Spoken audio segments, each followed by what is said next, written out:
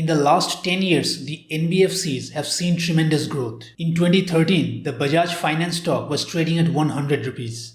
Today, it is trading at 8,000. In just 10 years, Bajaj Finance has multiplied investors' wealth by 80 times. Bajaj Finance began its journey by financing its own two-wheelers. Later, they expanded into other segments. The company became the dominant player in the financing of consumer electronics, furniture, and digital products. It is also into home loans and loans against properties. Bajaj Finance is still the largest financier of Bajaj Auto. The point of this video is to try to find the next Bajaj Finance from the small and mid-cap space. There are two financing segments which are expected to grow massively over the next decade. They are personal loans and micro LAPs, which is short for loans against properties. There are 5 small/mid-cap stocks on my radar which are working in these two segments. These companies give out loans at very high interest rates and have the potential of multiplying investors' wealth in the next 10 years. But before we discuss the stocks, be sure to subscribe so that you don't miss future videos.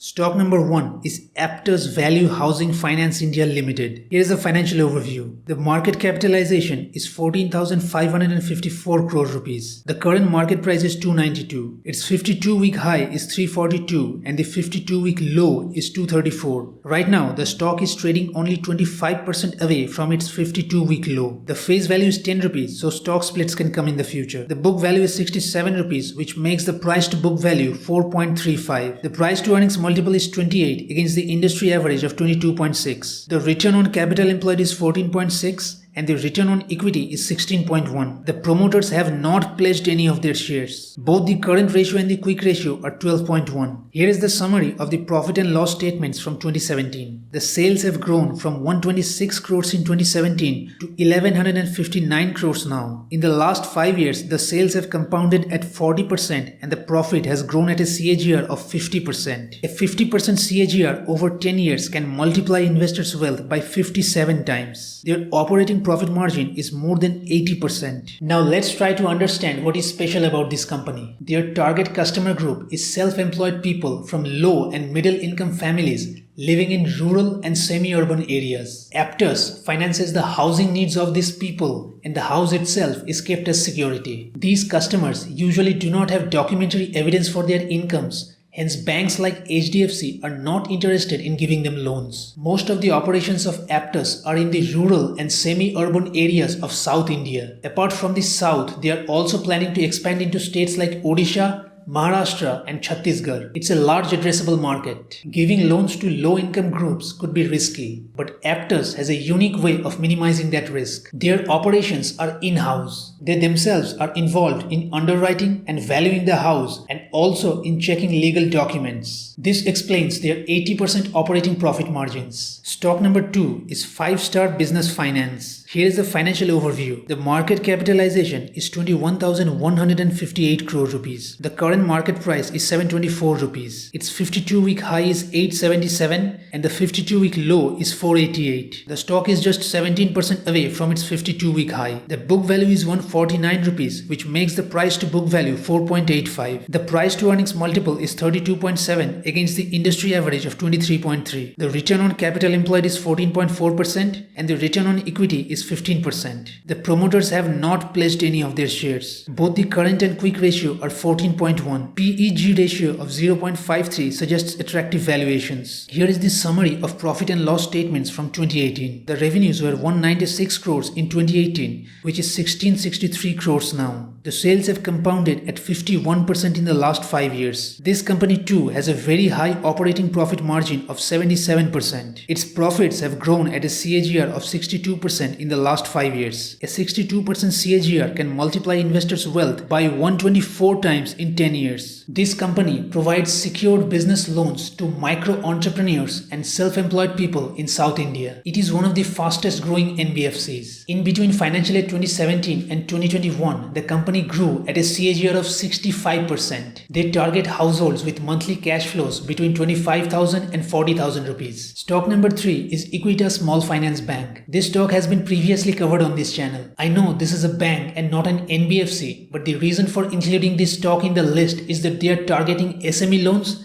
and loans against properties. Finance companies which are lending at high interest rates are going to win big. Here is the financial overview. The market capitalization is 10,475 crore rupees. The current market price is 94 rupees. Its 52-week high is 101 and the 52-week low is 47. The face value is 10 rupees, so stock splits can come in the future. The book value is 46.4 rupees, which makes the price to book value 2.02. The price to earnings multiple is 15.7 against the industry average of 14.9. The return on capital employed is 8.04% and the return on equity is 12.2%. The promoters have not pledged any of their shares. Both the current ratio and the quick ratio are 1.33. Here is the breakup of the loan book. 36% of the loans go to small businesses, 25% to vehicle finance, 19% to microfinance, 11% to housing loans, 4% to MSMEs and 5% to others. Here is the summary of profit and loss statements from 2011. The sales have grown from 0 in 2011 to 4,475 crores now. In the last 5 years, the sales have compounded at 22% and the profit has grown at a CAGR of 78%. A growth of 78% CAGR can multiply investors' wealth by 319 times in 10 years. This bank is planning to build its consumer finance portfolio with credit cards and personal loans. Both involve very high interest rates. They are already present in 18 states and expanding fast. Stock number 4 is SBFC Finance Limited. They provide secured MSME loans and loans against gold. In between financial year 2019 and financial year 2023, their MSME assets under management grew at a massive CAGR of 44%. A 44% CAGR can multiply investors' wealth by 38 times in 10 years. Here is the financial overview. The market capitalization is 9,241 crore rupees and the current market price is 86.8 rupees. Its 52-week high is 95.4 rupees and the 52-week low is 80.8 rupees. The face value is 10 rupees, so stock splits can come in the future. The book value is not available, so cannot calculate the price to book value. The price to earnings multiple is 61.5 rupees against the industry average of 22.7. Its IPO came recently and IPOs are grossly overvalued. That should explain its high price to earnings multiple. But as its earnings keep growing, the price to earnings ratio will come down. The return on capital employed is 9.91% and the return on equity is 9.98%. The promoters have not pledged any of their shares. Both the current ratio and the quick ratio are 1.6. Here is the breakup of its assets under management. Secured MSME loans make up 79% of its assets under management. Gold loans 18% and others 3%. Here is the profit and loss summary since 2020. The sales have grown at a CAGR of 18% and the profit has compounded at a whopping 62%. A growth of 62% CAGR can multiply investors' wealth by 124 times in 10 years. And stock number 5 is Paytm. Here is the financial overview. The market capitalization is 58,825 crore rupees. The current market price is 928 rupees. Its 52-week high is 939 rupees and the 52-week low is 438 rupees. The book value is 194, which makes the price to book value 4.78. The price to earnings multiple is not available because the net profits are still in the negative. The return on capital employed is negative 13.5% and the return on equity is negative 13.9%. The promoters have not pledged any of their shares. Both the current ratio and the quick ratio are 3.74. Here is the summary of profit and loss statements from 2016. The sales have grown from 449 crores in 2016 to 6,627 crores now. In contrast to the huge operating profits of the other companies discussed, Paytm is making operating losses. In the last 5 years, the sales have compounded at 15% and in the last 3 years, it has compounded at 25%. Paytm has still not turned profitable. Its earnings per share is negative 24.4 rupees. 78% of Paytm's revenues come from payments and financial services. 22% comes from commerce and cloud services. Its revenue model is based on convenience fees from customers, processing, marketing and advertisement fees from merchants. I think Paytm has a lot of future growth potential. Currently, it is a loss-making company and there is uncertainty about its profits. Investing in businesses facing uncertainties can create big wealth. But in case of Paytm, I cannot trust the management.